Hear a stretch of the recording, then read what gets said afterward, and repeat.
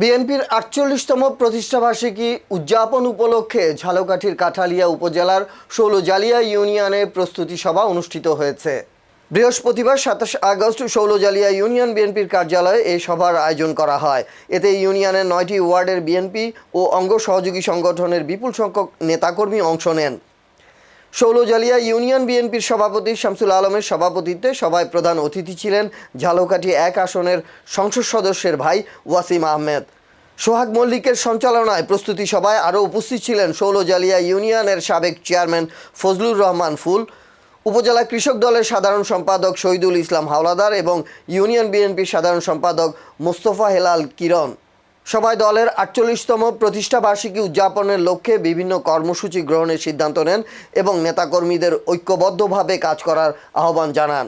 সভায় বক্তারা দলের ৪৮তম প্রতিষ্ঠাবার্ষিকী উদযাপনের লক্ষ্যে বিভিন্ন কর্মসূচি গ্রহণের সিদ্ধান্ত নেন এবং নেতাকর্মীদের ঐক্যবদ্ধভাবে কাজ করার আহ্বান জানান।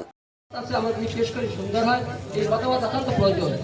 কাজেই আমি যাই হোক এই বক্তব্য শেষ করছি। খোদা হাফেজ। বাংলাদেশ জিন্দাবাদ।